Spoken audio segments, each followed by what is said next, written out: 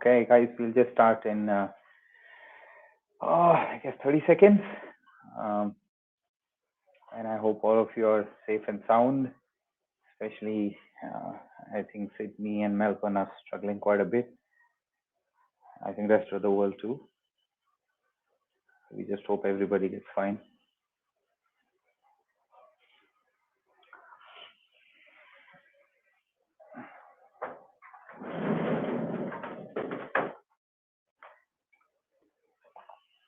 Okay.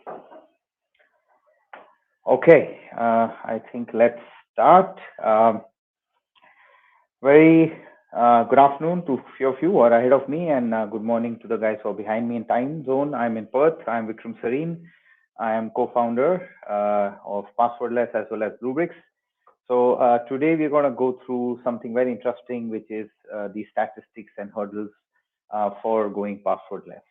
And I think the whole idea of authentication has to be, it has to become simpler, keeping the security much intact. So that's the essence of everything. So we cannot make it so much simple that it's not secure, and vice versa. So let's jump into it. So the first thing I'm going to do is I'm going to show you a very quick 1-minute video, a live demo actually, where I want to show you that how passwordless works. So let's quickly jump into that. So here's my screen of my phone, iPhone, and this is where we are. So this is passwordless.com.au. So you can come over here. So again, you can come and register yourself, try it out for free. But what I'm going to show you over here is that how easy it is for an individual to go in and log in using passwordless.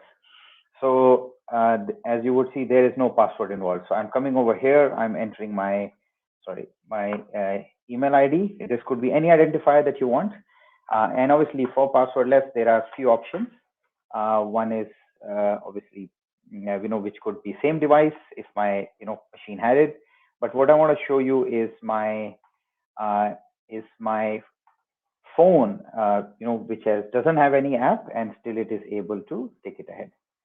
Sorry, I think I've made a mistake or what? Okay, 1 second. Yeah, I think spelling mistake there.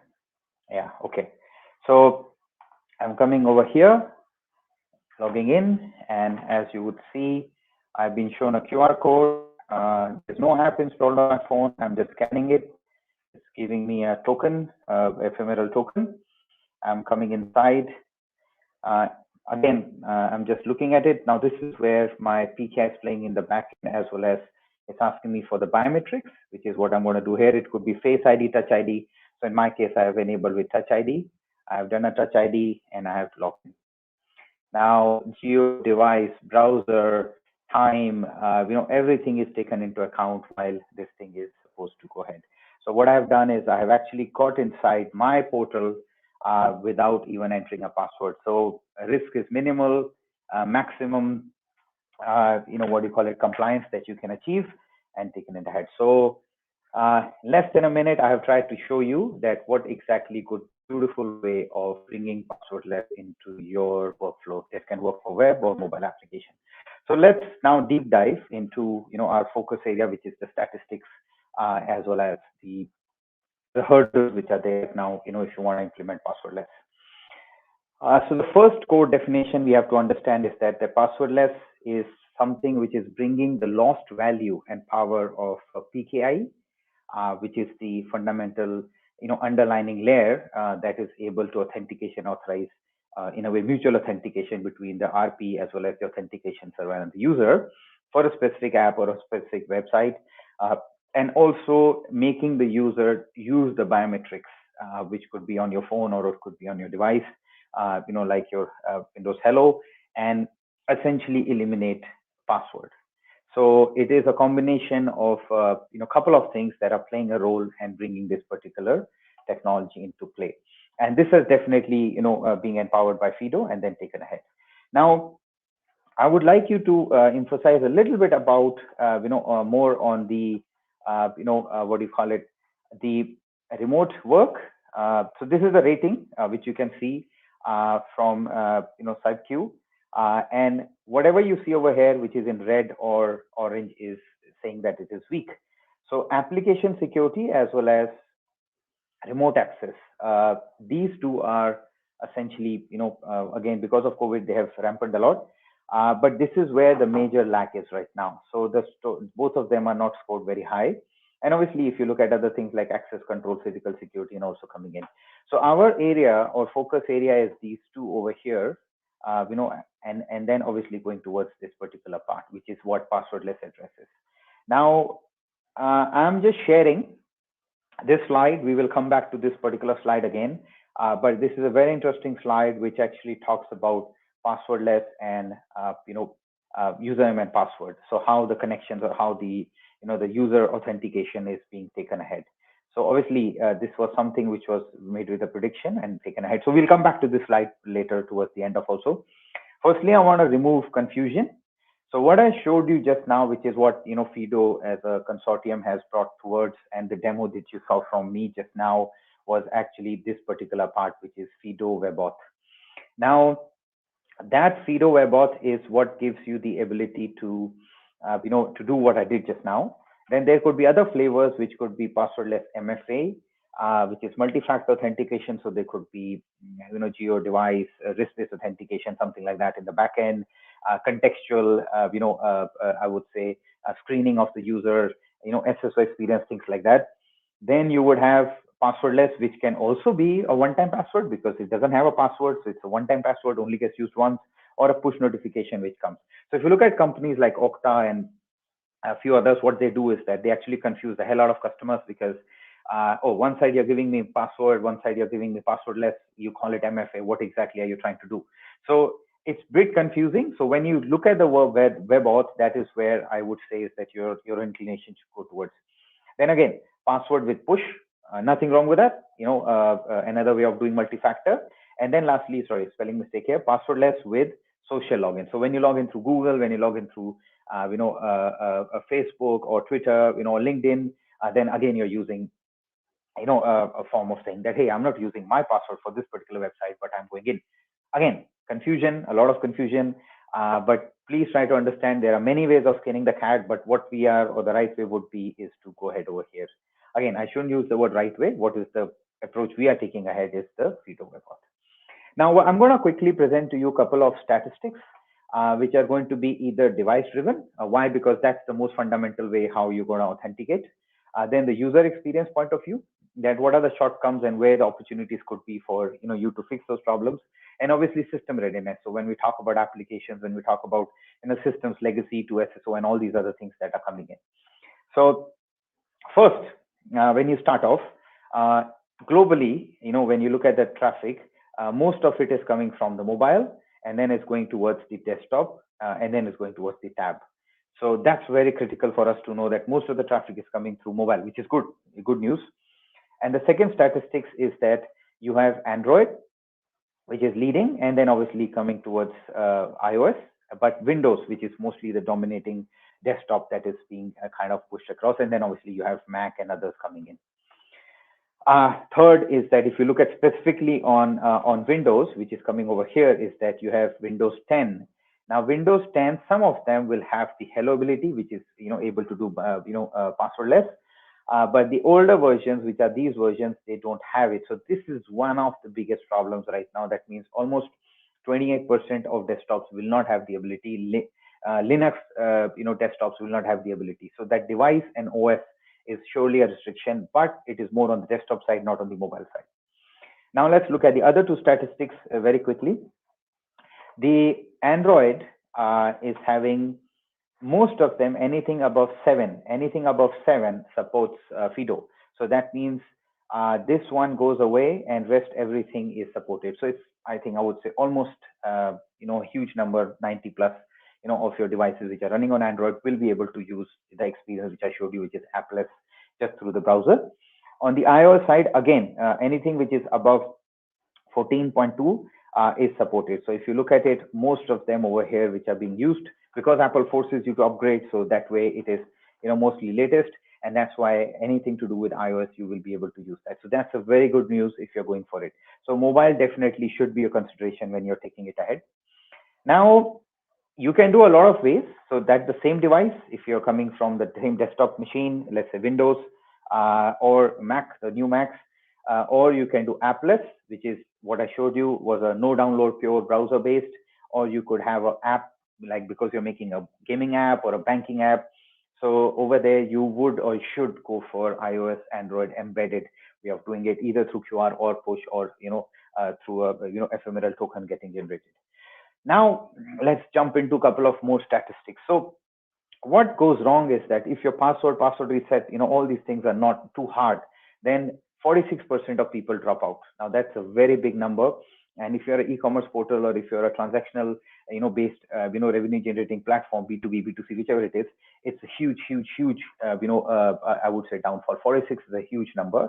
And that also translates to the next number, which is there is a 28% drop and people abandon because they are not able to go ahead with the transaction. So you need to look at transaction authorization, login, all these things in a very, very simple way with no, I would say no effort at all kind of approach to make sure that there is no drop, there is no abandonment, and there is no drop in revenue or in terms of experience.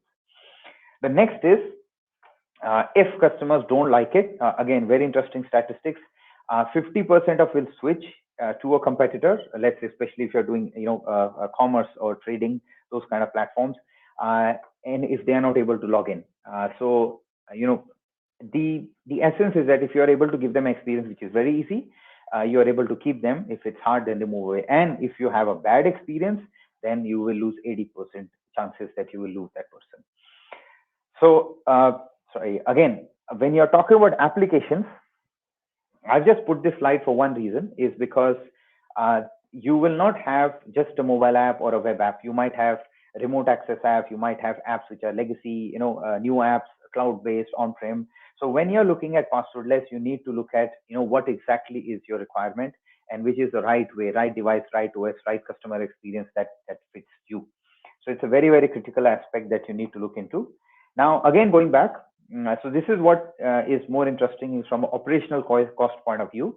So if you have a human involved, the cost, let's say, half an hour, 1 hour of cost, in developed countries shoots up to $70.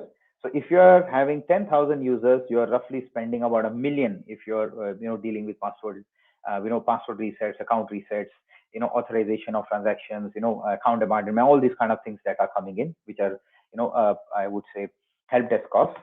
Then the second is service costs.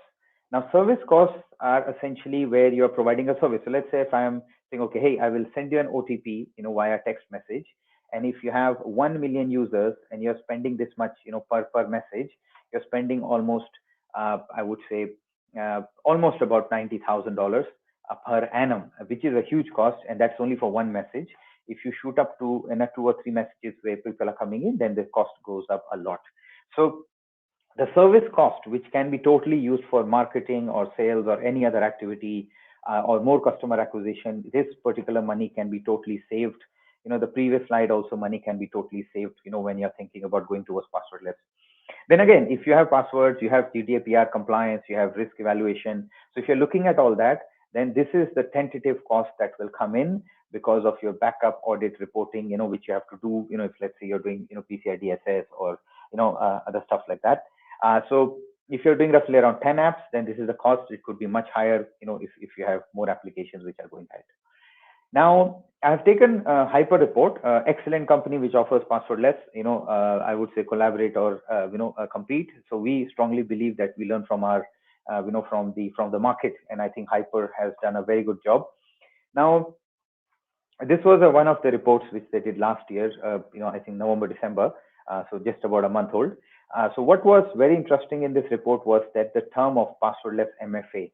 Now, as I explained you, earlier, it's a very, very different way. So it is not really truly passwordless way, but it is a MFA way.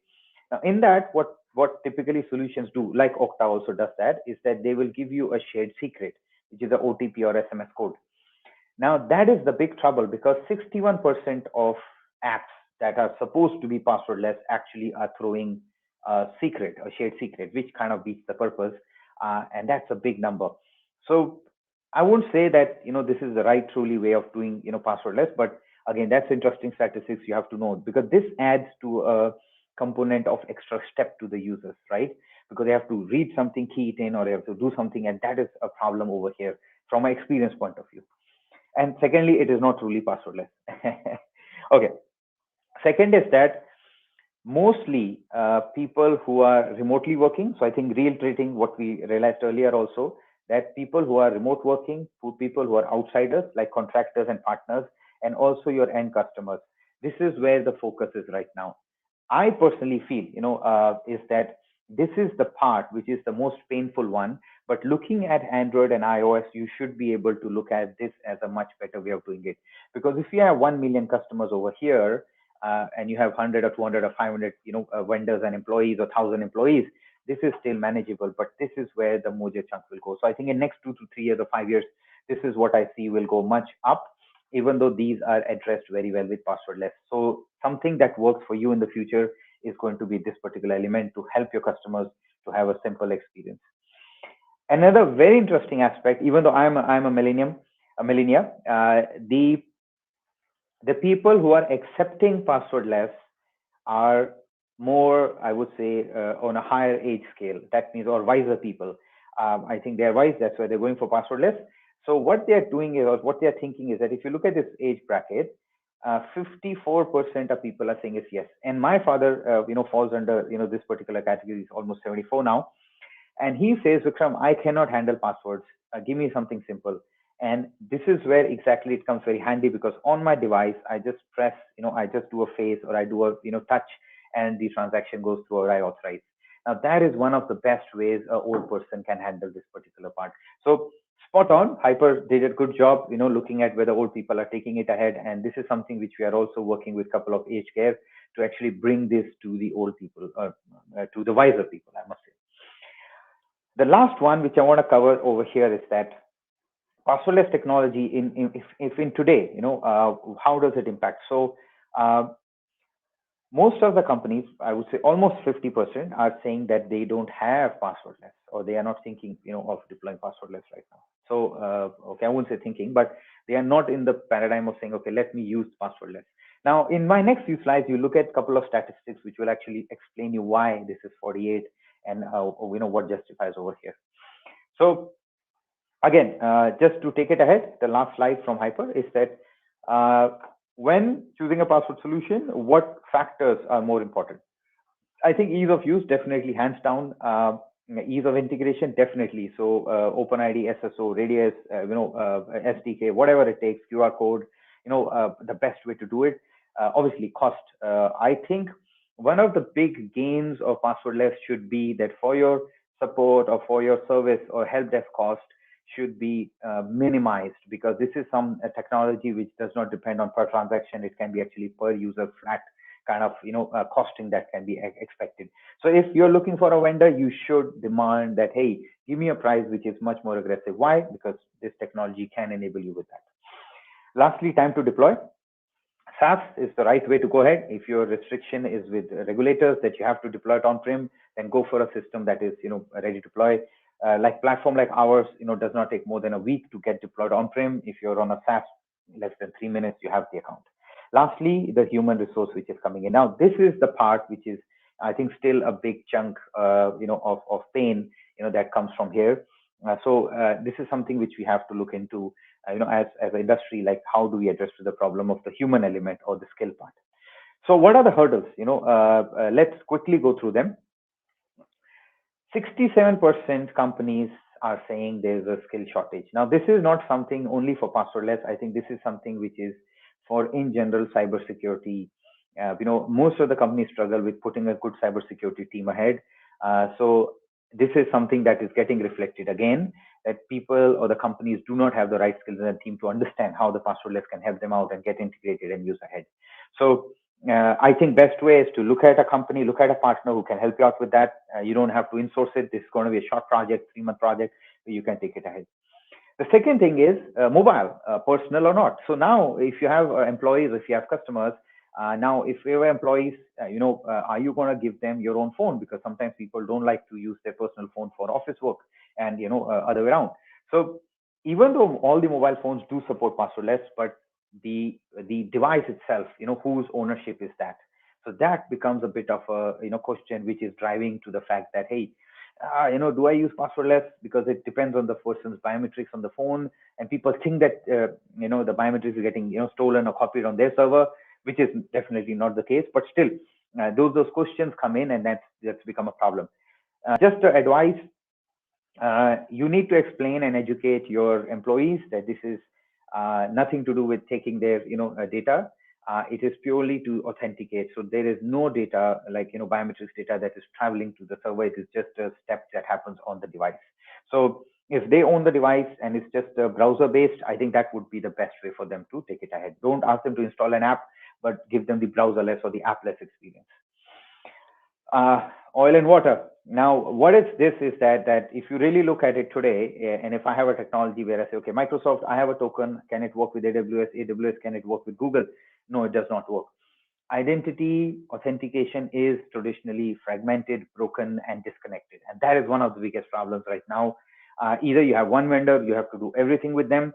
But if you have legacy apps with older apps, you cannot take them out, then it's a big problem. You still have to work towards. And this is one of the biggest showstoppers right now in terms of adoption. My advice or suggestion is take the new apps, go with the vendor who's able to give you more flexible way of doing things. Use standards like SSO, OpenID, SAML, and all that to help you. And eventually, I think when you revamp your legacy, then it takes it ahead. Or use reverse proxy as a way of doing it. Now, there are still, you cannot convince everybody. So 22% are still not convinced that, the benefits of going passwordless. One of the key reasons also is that there is a very mixed signal that is coming in the market.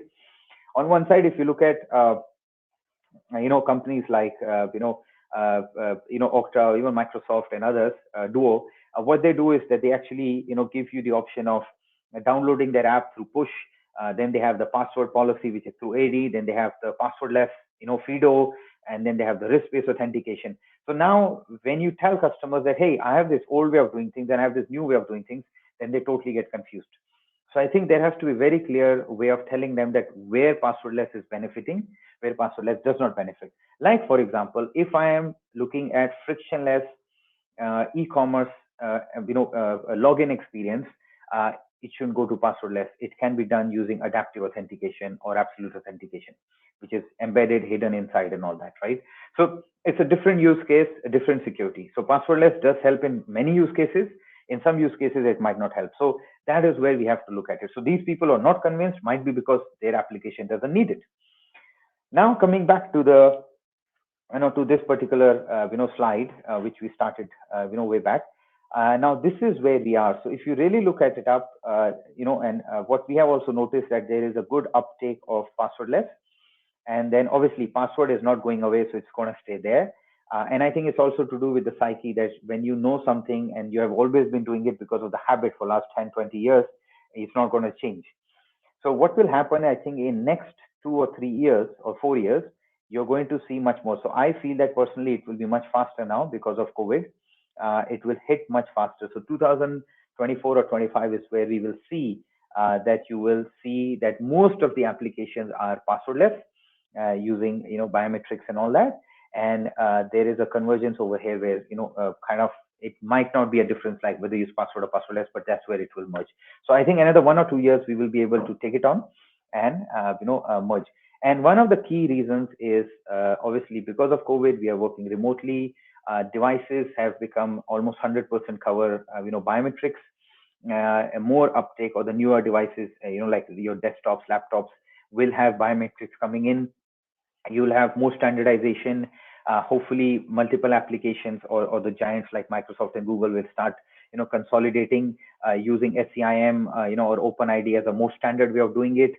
Legacy applications will go away in next 2 to 3 years. There will be more convergence in terms of, hybrid from cloud and on-prem will come more closer. So I think with all this happening, I think this is what will, take us ahead. So with that, I would just say that you can check out, passwordless.com.au, go try it out. It's available for any web, mobile, Radius, VPN, any application that you want. It supports OpenID also. You can protect your APIs and resources too, and enjoy. So with that, if there are any questions, please do message me personally or to my team. And again, this was just an information sharing session, just talking about what exactly is happening in terms of the statistics and hurdles of passwordless. Yeah. Thank you so much, and all of you stay safe and sound. Cheers. Bye bye.